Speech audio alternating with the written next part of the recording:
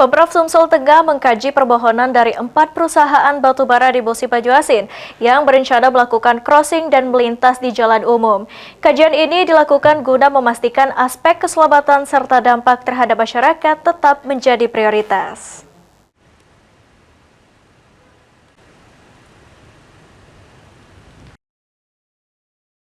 Pemerintah Provinsi Sumatera Selatan saat ini sedang melakukan kajian terhadap permohonan 4 perusahaan batubara di Kabupaten Bosi Pajuasin terkait rencana penggunaan jalan umum sebagai jalur crossing dan operasional angkutan.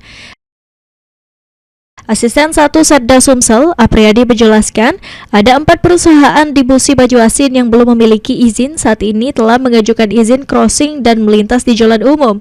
Namun, Pemprov Sumsel saat ini masih melakukan kajian dan evaluasi progres dari jalan khusus untuk diberikan toleransi. Sementara perusahaan yang telah memiliki IUP telah mengajukan perpanjangan perizinan crossing dan melintas di jalan umum.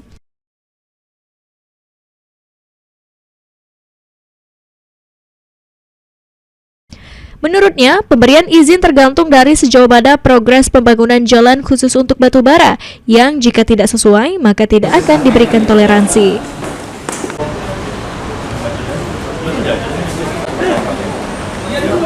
Pemegang IUP baru yang memang mengajukan karena memang selama ini mereka belum mendapatkan, jadi hari ini mereka mengajukan.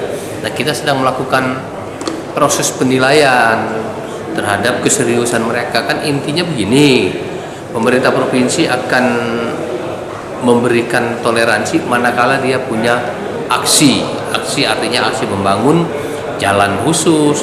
Kalau dia melintasi jalan provinsi atau jalan nasional, bangun flyover atau underpass, itu saja.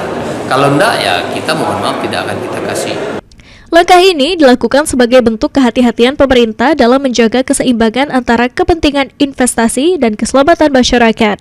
Pemprov Sumsel sendiri menargetkan pada akhir tahun 2026, semua angkutan batubara tidak lagi melintas di jalan umum. Ilham Wahyudi, PAL TV.